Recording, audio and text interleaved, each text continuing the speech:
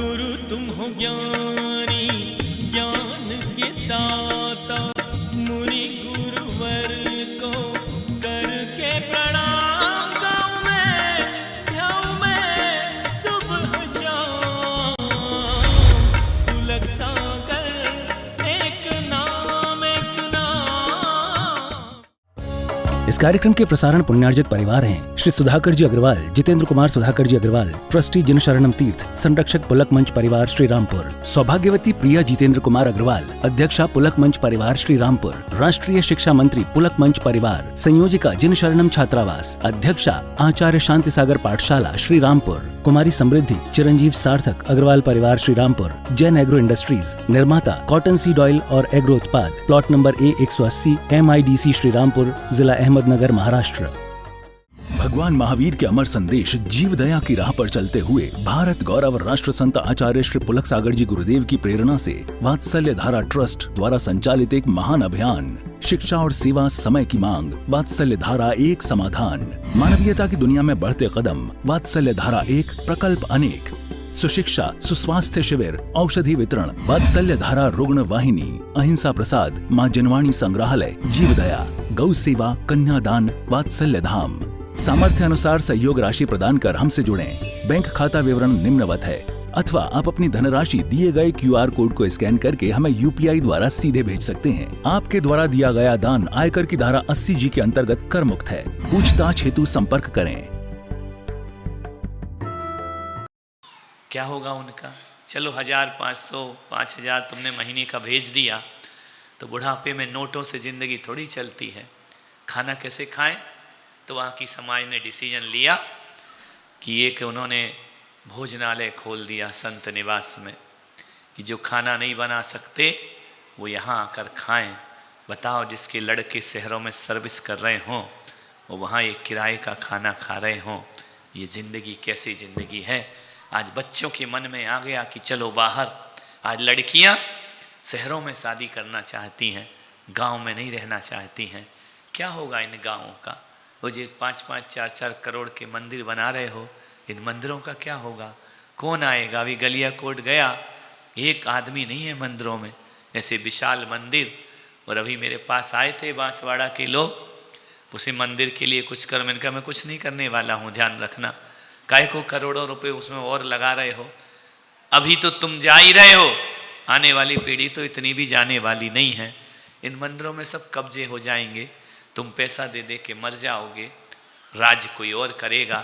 कहीं तुम्हारी भगवान को वस्त्र पहना देंगे, कोई मुकुट लगा देगा, तुम खड़े खड़े देखते रह जाओगे, क्योंकि तुम अपने दम पे इनका निर्माण करा रहे हो जाके, जहाँ एक घर भी नहीं है। आने वाली पीढ़ी तो इतना भी देखने। अभी श्वेतांबर मंदिर वहाँ बाजू में है, कल देखा गलिया कोट में ताला डला है। अरे इतनी बड़ी समाज, इतने पैसे वाली समाज, भगवान को ऐसे डाल गए जैसे तिहाड़ जेल में ताला डाल दिया हो। ध्यान रखना, हम भी गए तो इसलिए खुले अपने मंदिर, वो भी बंद ही रहते। एक पुजारी है, उसी के पैर मरघट में लटक रहे, वो कब चला जाए। ध्यान रखना, वो ही मरे समान है, वो क्या करे बेचारा। कोई आके 2 धक्का दे तो उठा के ले जाएगा सामान। ऐसी तो समाज की स्थिति है। मान्यवर, हम तो कहते हैं कि खांडू कॉलोनी के लोग सच्चे जैन हैं, क्योंकि वो आने से पहले भगवान लेकर आए और मंदिर वहां पर बनाया, भगवान को छोड़कर नहीं गए। ध्यान रखना है। भगवान क्यों नहीं ले जाते हो? क्यों जंगलों में छोड़ के चले? शहरों में तो कोई भगवानों को पूछ नहीं रहा है, गांव में क्या होगा? मूर्तियां ऐसी विशाल विशाल रखी हैं। एक एक मूर्ति कल जब हमने देखी तो ऐसा लगा कि मूर्तियां जैसे हमसे कह रही हो कि पुलक सागर हमको कहाँ छोड़कर समाज चली गई। ध्यान रखना, कोई अर्घ चढ़ाने वाला नहीं, कोई पूजा करने वाला नहीं, किराए का पुजारी रख रखा है। एक बात बताओ, अपने आने वाली पीढ़ी को, हम जैन हैं, ऋषभदेव भगवान की जयंती आ रही है। भगवान ऋषभदेव ने हमें नौकरी करने के लिए आदेश नहीं दिया है, हमें भगवान ने वैश्य वर्ण में स्थापित किया है। और वैश्य वर्ण का मतलब होता है व्यापारी वर्ग होना चाहिए, व्यापार करना चाहिए। खेती करने को भी हमको भगवान ने कहा मत करो, इसमें हिंसा होती है, जीव मरते हैं। उन्होंने कहा कि आप व्यापार करो, वाणिज्य असीम असी शिल्प कला वाणिज्य। अरे जैनियों, न तुम्हारे लिए भगवान ने असी माने तुम्हारे लिए तलवार भी नहीं दी है भगवान ने तुम्हारे लिए लेखनी भी नहीं दी है, भगवान ने तुम्हारे लिए कृषि भी नहीं दी है। भगवान ने यदि जैनों को सौंपा है तो वाणिज्य सौंपा है, व्यापार कर्म सौंपा है। व्यापार करो। मैं तो कहता हूं शहरों के 20-20 लाख रुपए कमाने से अच्छा अपने गांव के 10,000 बहुत होते हैं जो अपने होते हैं, जिंदगी को सुकून दिया करते हैं। आज हमारे घर में सुख दुख में काम आएंगे, जीवन चलेगा। मान्यवर, आपसे मेरा निवेदन है, इस पीढ़ी को संभालने का प्रयास करो। यदि इसको संभाल लिया तो तुम्हारा दुर्भाग्य किसमें बदल जाएगा। आज बच्चा पैदा होता है, तुम विदेश का सोचते हो, बाहर जाके पढ़ेगा। मैं एक आदमी को जानता हूँ जो बूढ़ा है, पुष्पगिरी के वात्सल्य धाम में जो हमने बनाया उसमें आके रह रहा। मान्यवर, वो प्रिंसिपल था, बच्चे विदेश भेज दिए, दोनों बच्चे यहाँ अकेले रह गए, रिटायर्ड हो गए, पत्नी मर गई। अब करे क्या, अकेली पेंशन से जिंदगी नहीं कटा करती, और चीज भी तो चाहिए। उस आदमी को बीमारी बढ़ गई। जब भी सुबह उठता बैठता अपने बच्चों को कोसता, मैंने कौन से पाप किए ऐसी औलाद को जन्म दिया। दोनों औलादें एक अमेरिका में हैं, एक अफ्रीका में, एक ऑस्ट्रेलिया में है, दोनों वहाँ हैं। कोई आना नहीं चाहता है पास में। जब उनका कोई कुछ नहीं हुआ तो मैंने अपने वात्सल धाम में उन्हें रखा कि तुम यहाँ रहो। रोज आंसू बहाता, बच्चों की शिकायत करता। एक दिन उस बच्चे को हमने बुलाया कि इधर आओ, एक बार मेरे खातिर आओ। बच्चा आया और वो बच्चा नहीं चुपेगा भैया, उसके पापा भी उसको ले गए थे। अच्छा, ये दूसरा वाला है ना, चुप कर लो बेटा, क्या करो, अपने कर्मों का फल है, भोगना तो पड़ेगा ही। उसके बच्चे को बुलाया। जैसे ही बच्चे को देखा तो बाप ने इतनी गालियां दी उसको कि तेरी औलाद से तो नहीं होती, औलाद तो अच्छी। मैंने कहा भैया तुम अपनी सोच बदल लो कि है ही नहीं, उसको गाली देने से मतलब क्या है। सोच ही तो बदलना कि है ही नहीं। लेकिन मेरा बोलना आसान है, लेकिन जिसके हैं और वो ये सोच बनाए, ये बहुत कठिन काम होता है। हमारे तो बाल ब्रह्म, हमारे आगे पीछे कोई नहीं, हम तो कुछ भी बोल रहे हैं। लेकिन जिसकी औलाद है और ये मानना कि औलाद नहीं है, ये तो बहुत बड़ी तपस्या। मन तो वहाँ जुड़े ही रहता है। एक बात उस बच्चे ने कही जो मुझे बाप से भी ज़्यादा अच्छी लगी।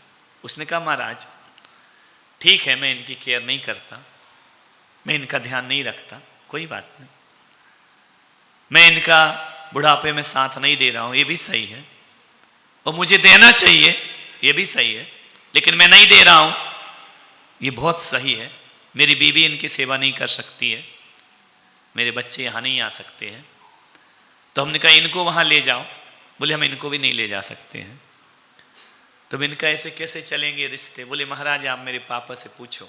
बहुत दमदार बात उस बच्चे ने बोली कि जब मैं पैदा हुआ था, और जब मैं पैदा हुआ तब मैंने थोड़ी कहा था कि मैं विदेश जाऊँगा, मैं तो जानता ही नहीं था, अबोध था। मेरे पैदा होते ही मेरे माँ बाप ने कहा मेरा नाम रोशन करेगा, खूब पढ़ेगा, खूब पढ़ेगा। जैसे जैसे मुझे समझ आती गई, ये मेरे दिमाग में डालते रहे, मेरा बेटा इंजीनियर बनेगा, मेरा बेटा डॉक्टर बनेगा। मैंने तो ये नहीं सोचा था बचपन में कि डॉक्टर बनूं या इंजीनियर बनूं। ये बात मेरे दिमाग में किसने डाली?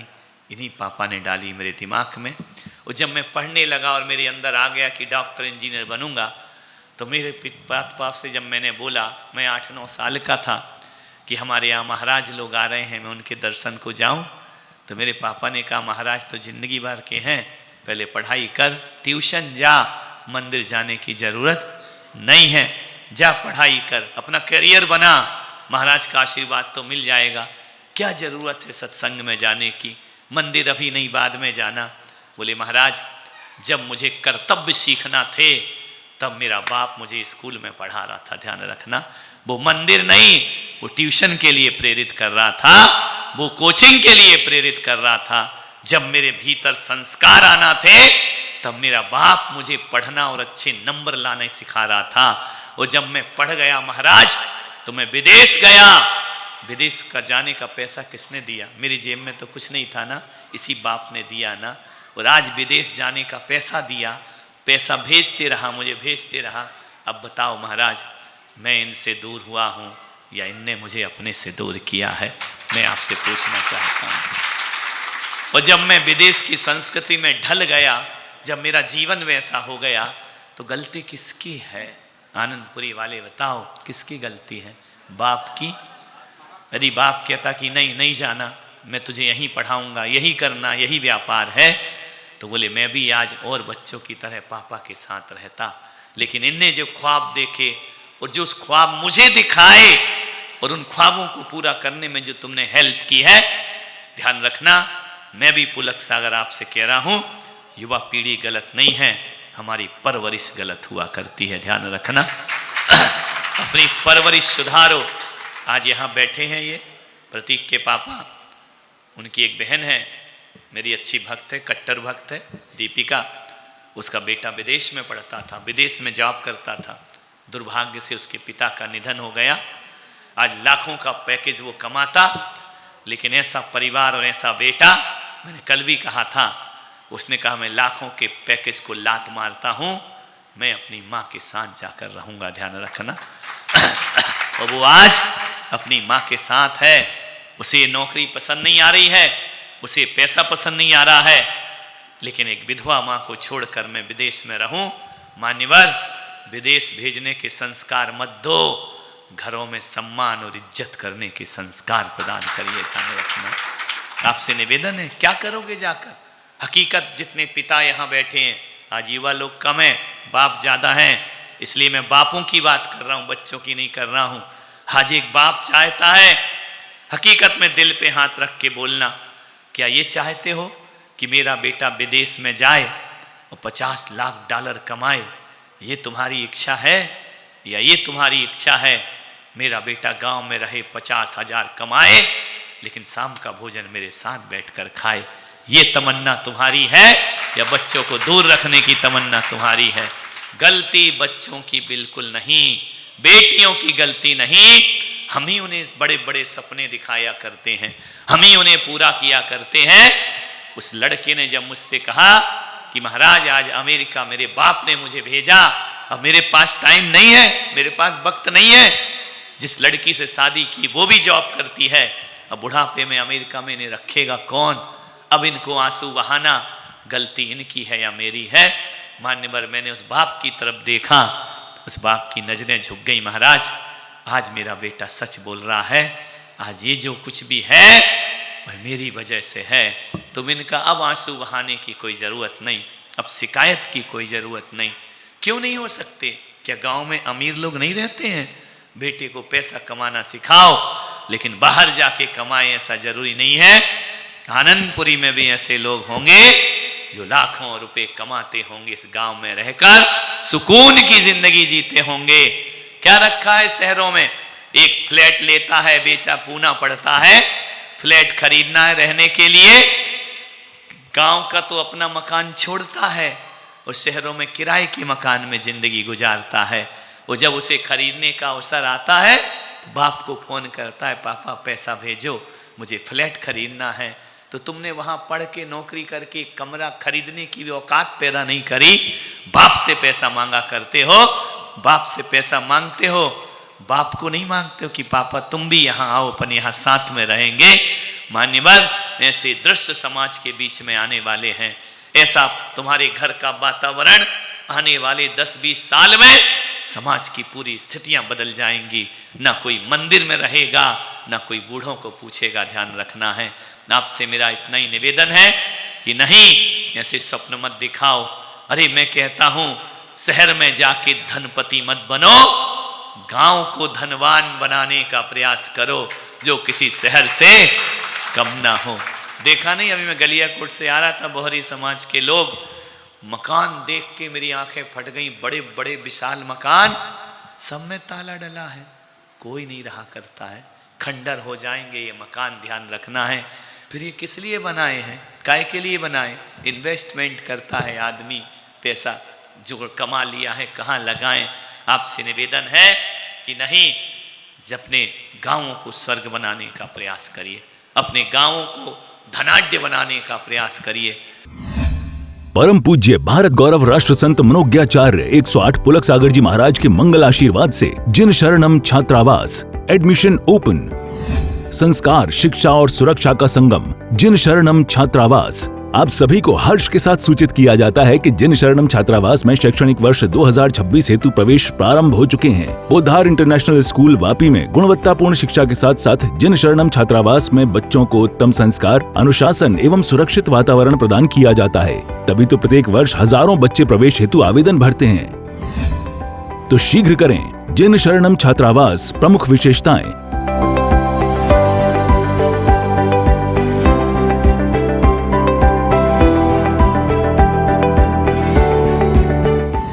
सीमित सीटें, आज ही आवेदन करें। अधिक जानकारी के लिए संपर्क करें। भगवान महावीर के अमर संदेश जीव दया की राह पर चलते हुए भारत गौरव राष्ट्र संत आचार्य श्री पुलक सागर जी गुरुदेव की प्रेरणा से वात्सल्य धारा ट्रस्ट द्वारा संचालित एक महान अभियान शिक्षा और सेवा समय की मांग, वात्सल्य धारा एक समाधान। मानवीयता की दुनिया में बढ़ते कदम, वात्सल्य धारा एक प्रकल्प अनेक। सुशिक्षा, सुस्वास्थ्य शिविर, औषधि वितरण, वात्सल्य धारा रुग्ण वाहिनी, अहिंसा प्रसाद, माँ जनवाणी संग्रहालय, जीवदया, गौ सेवा, कन्यादान, वात्सल्य धाम। सामर्थ्य अनुसार सहयोग राशि प्रदान कर हमसे जुड़ें। बैंक खाता विवरण निम्नवत है, अथवा आप अपनी धनराशि दिए गए QR कोड को स्कैन करके हमें UPI द्वारा सीधे भेज सकते हैं। आपके द्वारा दिया गया दान आयकर की धारा 80G के अंतर्गत कर मुक्त है। पूछताछ हेतु संपर्क करें। इस कार्यक्रम के प्रसारण पुण्यार्जक परिवार हैं श्री सुधाकर जी अग्रवाल, जितेंद्र कुमार सुधाकर जी अग्रवाल, ट्रस्टी जिन शरणम तीर्थ, संरक्षक पुलक मंच परिवार श्री रामपुर, सौभाग्यवती प्रिया जितेंद्र कुमार अग्रवाल, अध्यक्षा पुलक मंच परिवार श्री रामपुर, राष्ट्रीय शिक्षा मंत्री पुलक मंच परिवार, संयोजिका जिन शरणम छात्रावास, अध्यक्षा आचार्य शांति सागर पाठशाला श्री रामपुर, कुमारी समृद्धि चिरंजीव सार्थक अग्रवाल परिवार श्री रामपुर, जैन एग्रो इंडस्ट्रीज, निर्माता कॉटन सीड ऑयल और एग्रो उत्पाद, plot number A180 MIDC Shri Rampur, जिला अहमदनगर, महाराष्ट्र। गुरु तुम हो ज्ञानी, ज्ञान के दाता, मुनि